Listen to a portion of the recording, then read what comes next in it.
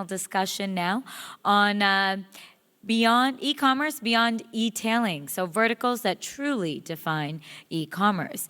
We have four eminent speakers with us today. Allow me to introduce them to you. We have Anurag Sutton. Anurag heads Quicker's product team as well as the C2C vertical and brings over 18 years of experience in product, general management, strategy consulting, and business development at large brands and startups over in the US and here in India. Over the last 10 years, he has worked in consumer internet companies across various spaces. We have Bharat Balachandran. Bharat is the managing director of Just Buy Live Enterprises Private Limited. He is the country's foremost aggregator of loan products. His core expertise lies in product innovation for banks, advertising, direct marketing, and training. We have Arvind Singla, who is the Chief Operating Officer at Bluestone and is leading the brand as it seeks to establish itself as a market leader in jewelry e-commerce. A dynamic leader with over 16 years of work experience, Arvind has also worked with other leading national and multinational companies, including McDonald's, Reliance, Nokia, Marco, and Asian Paints. We have Harminder Sahni, who is a veteran of the retail and consumer sectors and founder of Wazir Advisors, a management consulting firm focused on consumer-centric business. And our moderator for this session is Sanjay Mehta, India Angel Networking. So Sanjay is an active angel investor, also a serial entrepreneur turned angel investor. He invests in diverse sectors from education, health, media, online, medical, travel, and the likes. From the tech background, he enjoys working with startups in mobile, analytics, social, and cloud. So ladies and gentlemen, please put your hands together to welcome your panelists and moderator to the stage. E-commerce is going to come across on the future side of it. While I have been investing across in various startups personally in multiple diverse sectors, somehow that flavor of investing into marketplaces or e-commerce has been dying out from the angel side of it, because a lot of players have taken pole positions and they've been building across large businesses. And I would like to pick up the brains from fellow panelists in terms of what are the opportunities and learn a few bit in terms of what sectors and how they perceive across being into the space, what kind of action is happening across, what is the future, and how they see across possibilities of building a large business with e-commerce. Starting across, I'll like all the panelists to introduce themselves a bit in terms of their vision with the e-commerce, and then we'll take on the questions subsequently. I'll start across from Bharat. Good afternoon. It's a pleasure to be here. We founded Just Buy Live, which happened last year. We're probably the first e-distributor in India. We're a pure play distribution channel which distributes through the mobile app. So we're not a B2C player, we're not even a B2B player. Our target is to basically go after all the Aam Dukandars or the mom and pop networks in India. We started this last year and we're seeing significant inroads into that. We've been live for probably 90 days now. And one of the things we do is we're not a marketplace model completely. So we directly source from the brands and reach it out to the Aam Dukandar or the Kirana Wala or the mobile store or whatever category it may be. And typically, unlike a marketplace, if you see a product on our platform, it's directly listed and sold by the brand. So you have only one seller and multiple buyers. That's fundamental one, which I believe that we're different. The second thing that we are also different is the fact that we do not allow a regular customer to even enter the app portal or even transact or even view most of the listings. We only allow retailers to come in. We believe that distribution in India needs some kind of appification, as we like to call it. And so the three pillars of distribution, which most of us know, is communications, logistics, and finance. And through Just Buy Live, what we've done is we've replicated and improved upon all three. So obviously we have better communication. We have Our logistic framework is much quicker. The pack sizes and stuff like that is decided by the retailer. So he moves to a just-in-time inventory model as opposed to a model where he has to overstock and probably stock by what the distributor wants to give him. Three main benefits which we're giving to the retailer today is not just its reach, its range and revenue. We're not a discount model. So the rates which he gets are obviously more competent because it comes after disintermediating the entire supply chain. So the brand chooses to pass on those benefits to those retailers. He also gets to buy in smaller quantities, and we're also giving him credit. This is, the tenets of what we built, but so far the adoption for us in the last 90 days has been tremendous response. We've been in around 15 cities, and we have over 100,000 retailers buying from us today on an average. I would say we're doing close to 40, 50,000 transactions a month now. And yeah, it's going good. We're 90 days, early days. Okay, great. Anurag, from the quicker side of it, what's your story? What do you think? Sure. First of all, pleasure to be here. So we at Quicker, we are a cross-category classified platform. And what we've embarked on over the last, I would say, 12 to 18 months has been quite exciting. We're one of the first classified companies globally to go deep into multiple verticals. So what I mean by that is we've actually picked 5 categories where we actually have very strong organic strength, and these include cars, real estate, jobs, autos, and goods. And what we're doing is actually going, what I mean by saying, we're going deep into verticals is making the customer experience a lot more relevant. So be it businesses or consumers. So jobs, for example, we're connecting job seekers with employers. Real estate, connecting seekers, those looking to rent or buy with builders or those that are selling or renting. And so on for each of the categories. So I think that's something fairly unique we are doing. We are still maintaining our core horizontal platform that kind of it's kind of the glue that keeps everything together. And at the same time, we're going deep into a very broad gamut of spaces. And I think one of the key benefits we have there is that there's a lot of cross synergy. Today you may be looking for a job. Tomorrow you may be looking to sell your car. So I think we actually benefit a lot from those cross synergies. One vertical that I would like to talk about in particular that I've been driving and we launched recently is doorstep for goods. So that's a very interesting problem that we're trying to solve, and it's really for between consumer to consumer, and also consumers to SMBs. But the idea there is that classifieds have traditionally been a first touch, first point of connect between buyers and sellers, and then typically the rest of the transaction is done offline. So we're actually facilitating the end-to-end transaction from price negotiation, agreeing to a price, to facilitating payment via escrow. As Eric was mentioning earlier, what Alibaba has done, we have launched an escrow payment facility. So once the buyer and seller agree on a price, the buyer makes a payment, it goes into escrow. Then actually we kick in with the hard part, which is scheduling the pickup and actually delivering it to the buyer. So we're quite excited about that. We see a lot of traction in that space, and we can talk about it a bit more in depth, but a lot of potential for mobiles and home and lifestyle, for example. Thank you, Anurag. Arvind, from your end, you are a single category kind of vendor. What's your perspective? Yeah, hi. Can you hear me? Okay. So good afternoon, everyone, and it's a pleasure to be on this platform. And as I think Sanjay was saying that on the marketplace, a lot of pole positions are being taken.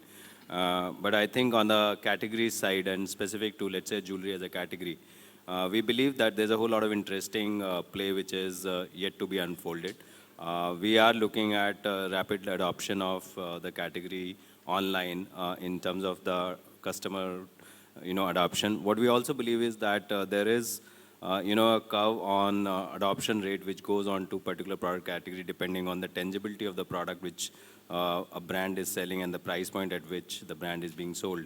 And jewelry happens to be in a category which on a tangibility level is not very high because it's not a specification driven purchase, and at the same time on the price pointing it's a bit on a higher side. So the category, is not as amenable to selling online as a lot of other categories like a mobile phone or a computer device and electronic devices are there.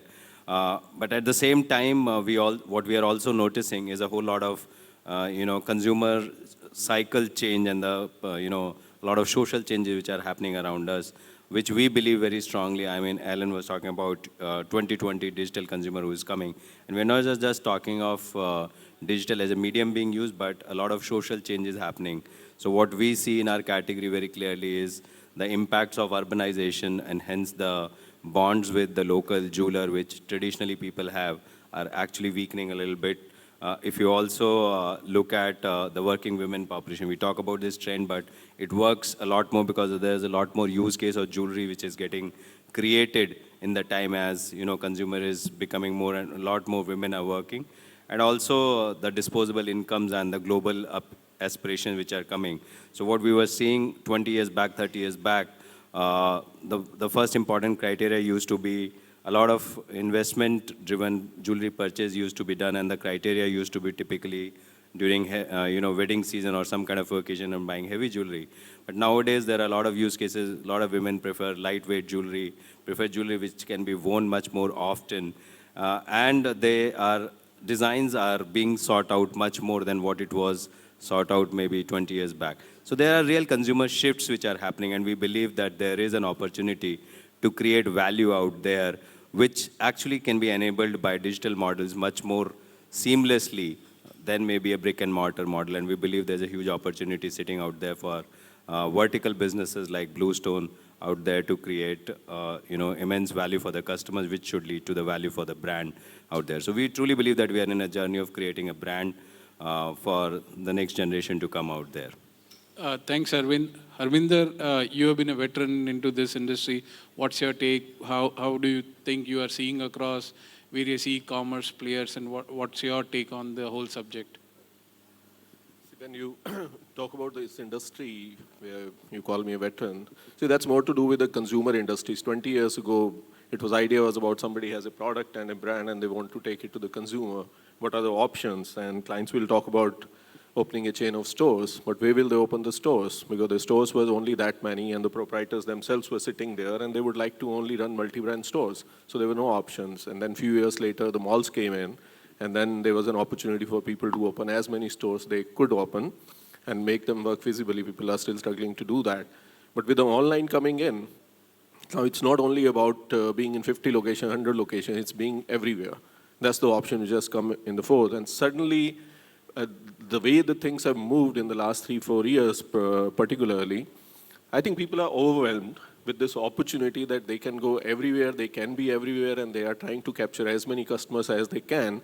And in this whole process, in this whole chaos, I think the presentation which was being made earlier when talking about X plus and X minus minus and all of that, I think that has been so solidly positioned in consumers' mind that e-commerce means cheaper products or the same brand for less. But I think that's not the way how it is going to go. My belief is consumers in India, fundamental movement which is happening in India from the very start, whenever it started, people are wanting to buy ready-made products, people are wanting to buy packaged products, and people are wanting to buy branded products. That's what they're wanting to buy. Even today, if you go across industries, the penetration of ready-made, packaged, and branded, numbers will vary. There will be a lot of places where you'll find the percentage 0. That people are not buying processed vegetables, the percentage could be even 0.001%. And when it comes to buying, let's say, clothing, the percentage could be at 30%. But the still movement is happening very, very differently. And the whole idea of modernizing retail and to be able to reach out to the consumers in a trustworthy manner from as many channels as you can only be perpetuated on that basis. Because unless until the product is ready-made, packaged, how is consumer going to trust it? How is consumer to pick it up with confidence and put in the basket? Like how many products consumers put in a basket in a supermarket in India versus how many products they put in a basket in a supermarket in US? Obviously, the dependent is on how many are on offer. So very, very few products are on offer in a ready-made package and branded way. So the numbers which we talk about in terms of share of e-commerce or share of modern retail is less to do with what the modern retailers offline or online are doing. It's more to do with what's happening at the category level, whether categories are available in a branded package and a ready-made manner or not. I think this will remain dependent on, it will remain dependent on that very, very particularly. But looking at e-commerce and having seen the evolution of modern retail in the malls and offline world, I can say with a lot of confidence, in India, we are in a situation we are going to bypass this complete offline revolution in India to some extent. Not that all stores will disappear. So a lot of people make this argument why the share of online e-commerce in US is only this much percentage, in Europe in so much. Why in India will it be more than that? The simple fact is that in US, thousands and thousands and thousands of stores already exist. In India, they don't exist, and nobody is going to create those stores anymore, given that the compulsions of or constraints of real estate and how the feasibility for offline store works. So e-commerce or retailing, whatsoever you want to call it, I think in India is going to have a much larger share in future when more and more ready-made packaged branded products are available. Because till that time, interaction between people going to the stores, trying, or even to a street side to buy products will remain, because there's no way they can go and buy online even if it was made available. They will not do that. Picking up on that point, Arminder, my sense as an investor, while I invest into companies, I'm looking across a future of those brands or products which are specifically created for online markets. So there will be a different product set which will be work for offline, where those malls and their distribution system, their pricing, everything will be different. I'm going to see, what I foresee is saying that there will be specific products, brands which will be created only for online, and where they will be available only online. And I think those are the trends which I foresee across, saying that it will grow. I mean, what's your take on that? See, without meaning to, let's say, offend, but I would say any brand which has been created wherever it has been created, and it will be stupid on their behalf to say that we'll only sell online or we'll sell only offline. Today we are selling online because that's where you choose to be. Or let's say I created a brand sitting in a place like Rajkot. So I'm selling in Rajkot or Bikaner Wala. I started from Bikaner Wala, 500 years I was there. And then one day I chose to go to other cities. So I'm Bikaner Wala, but I'm selling all over the country. Right? Just the name itself says that I should be in India. No, so the perspective what brings across is, today, whatever has been pushing across on the e-commerce side, those brands, those products typically are not making business viable. The brands which will get created specifically for the online, that whole mathematics or the arithmetic will make the business as a profitable business. See, I understand that, and I think there are reasons to believe that online will be more efficient than the offline business. So somebody who creates a brand online may never find a reason to go offline. But I suspect that will not happen because more than 95% of the people in this country have never shopped online. So either are you going to wait forever for all these people to come online, or you will find a way to do it offline, omni-channel, multi-channel, whatever you call it. Because as a brand, channel doesn't matter as a brand. It should not matter, because if brand is going to become very, very specific to the channel, then rather you become a multi-brand retailer, So create your expertise Arvind, on that. What's your take on it? You are a brand selling across both online, offline. What's your take? Where do you see your future? Would you move or shift everything online? Where do you think?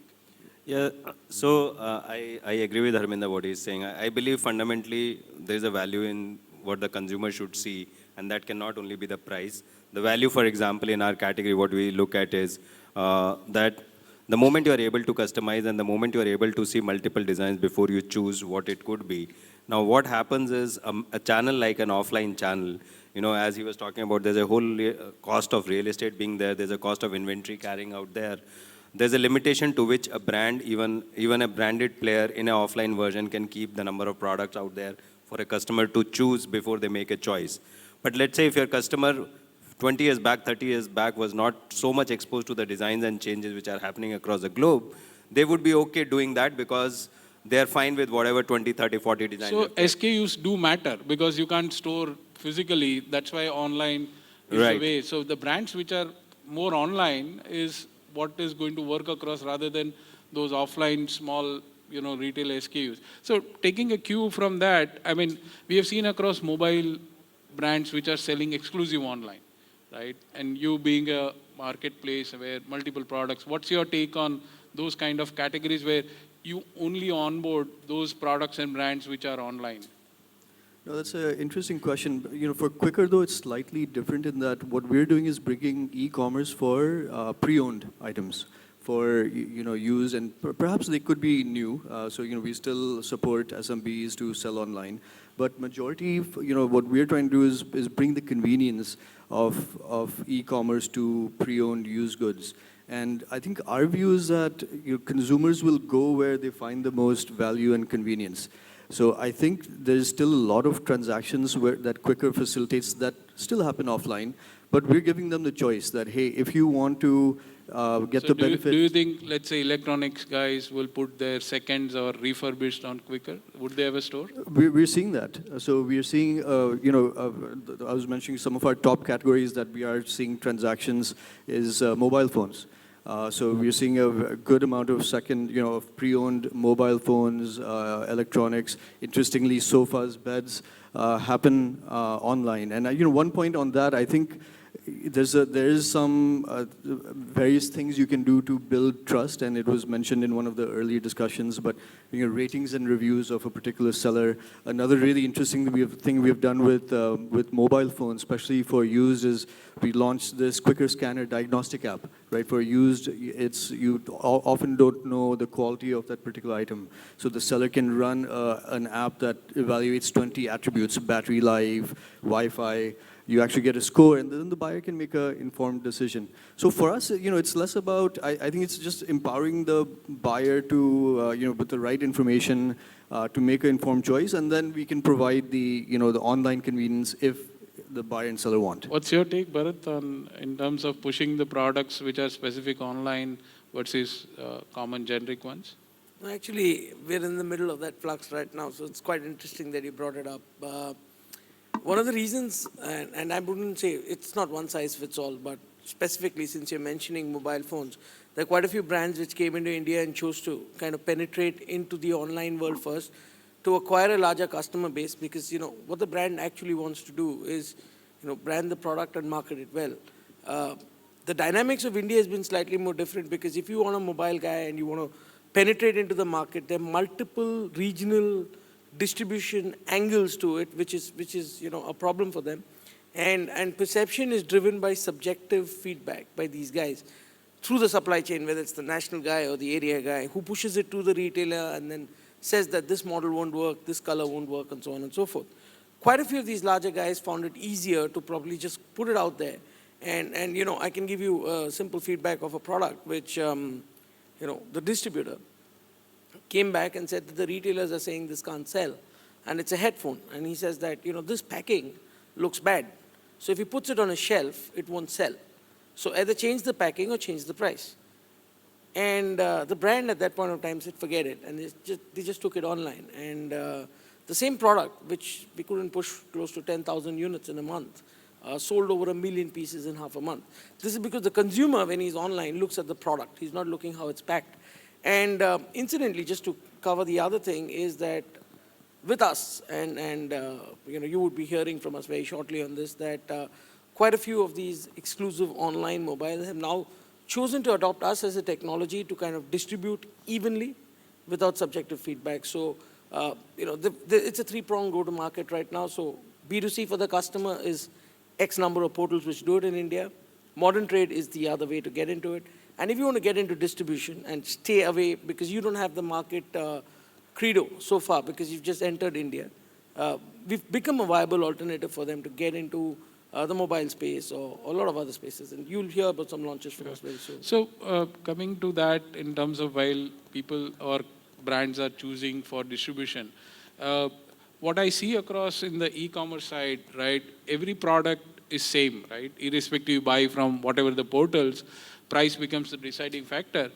Over and above, we have seen across a shift which brings me, as an investor, I've invested in a company called Loginext, and they have a booth here. What they bring across the differentiation is on the supply chain side of it, right? What is the experience after you have bought across? And that is bringing, because the products are same, price difference are marginal. So what remains as a differentiation is only about saying that how the logistics will be played across. So I would like to understand from all of you, what is the importance of logistics, which you think across, within this space, and what kind of future of logistics which you would see across, because that's the backbone of the complete e-commerce system, right? So anybody who would like to start across with Arvinder? See, I think it's extremely, extremely important because that's the logistics and the delivery part is where the real human interface is going to happen between the seller and the consumer. And another thing, because early adapters, even few million people who are shopping online, these are early adapters, and early adapters always have, they're flirts. They adapt everything very, very early. They try out everything. And the flirts always have huge expectations in a very short time from whosoever they are trying to flirt with at that point of time. So expectations are extremely, extremely high on the consumer side, on the logistics and delivery, and any kind of interface with the e-commerce What players. kind of technology differentiation can logistics players bring across, and what do you think will be the future with logistics guys coupled with e-commerce? See, I think that's where the supply chain part earlier speakers also were pointing out. That needs to be brought as close as possible because your analytics, your algorithm should be able to tell you what product will be required to be delivered where, rather than long delays and other exchanges and wrong products coming in. All of that what's happening because one pissed off consumer is equivalent to 100 consumers now becoming not have lesser trust in e-commerce. So one player does it and across the board it works like that. So that's extremely, at this stage, where the trust has to be built and more people need to be given confidence that you should deal with e-commerce, e-retail. You're saying it's a high value product. How do you manage your logistics part of it? Do you use some logistics analytics? What's the way that you work across? Yeah, so I think it's a very interesting thing, and as everybody is speaking, that logistics is a very fundamental part, and it closes the value loop out there. Without that, the loop is incomplete.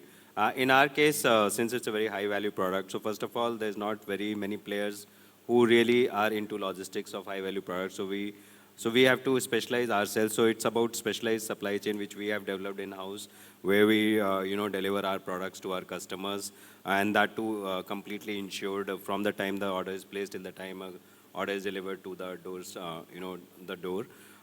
So we have to take care of the end-to-end of the supply chain part of it. But I think what's very critical here is to use technology to track multiple of these orders and keep the customer aware of where the shipments are happening. But this is something which is new to the customer.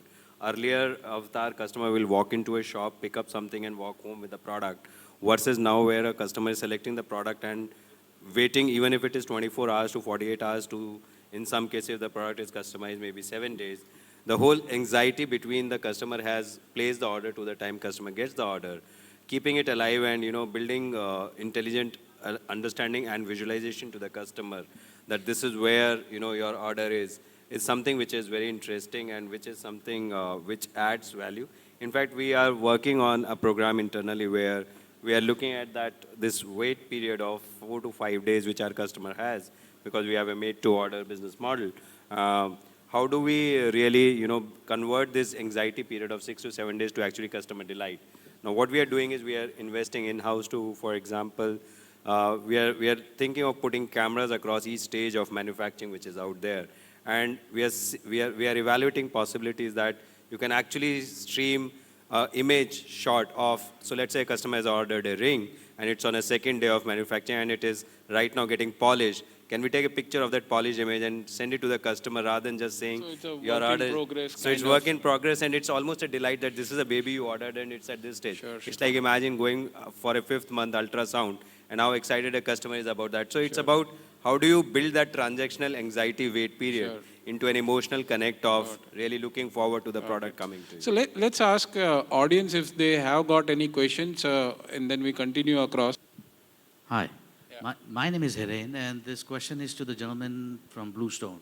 Could you be a little bit more specific about the high-value delivery options that you guys pursue? Because I understand you said where you have your custom delivery thing going on, but pan-India, you're not sending Swifty guys delivering your products. So I'm just trying to understand if you could be a little bit more specific in terms of have you established your own delivery chain guys to do that, or are you doing it through your own distributors or stores that you have tie-up with to ship the products?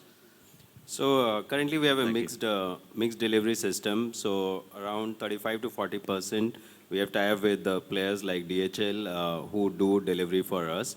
But at the other end, almost 60% plus of our orders get delivered from our own team. So this is a team who is on our payroll. They are all the people who are trained into doing these deliveries. And so this is our own team which goes and which is connected with all the technology and the mobile devices. So they are on constant track on where exactly they have delivered the packages. So that's how the distribution is done at this moment. Anybody else who has a question? Yeah. There, you got one more mic, please, going over. Yep, okay, go ahead. Hi, my name is Shantanu. This is a question to Anurag, actually, from Quicker. This session, coming after the earlier session about Alibaba and stuff, I think the number one reason for e-commerce in general, this is my view, is because it's people can consume and they can consume conveniently and at good price. Nobody gets in the question of trust and how much do you actually trust it. If you ask ourselves if there's more trust, I'm sure lots more will happen. We'll go from 1% of the whole retail market to much more. So here's a question for you because it squarely sits under your Quicker, the pre-owned goods. How do you enable more trust from the consumer? I know you mentioned a scanner app and stuff, but really, it's not. Is it really going to change? If you can share some statistics on how people have changed using that app, that will be helpful. Sure, look, it's a very, very important question, and I do agree. I think trust will ultimately, help us scale transactions or just grow the e-commerce overall in India, and specifically within pre-owned. So Quicker is doing several things. That category-specific example I mentioned, the Quicker Scanner app, we launched this week. We're quite excited about it. We formally announced it, but to answer that question specifically, already 20% of Android mobile phones listed on Quicker have that diagnostic report associated with that. And it just helps buyers make an informed decision for, it's a fairly complex item, right? Upon initial inspection, it may look fine.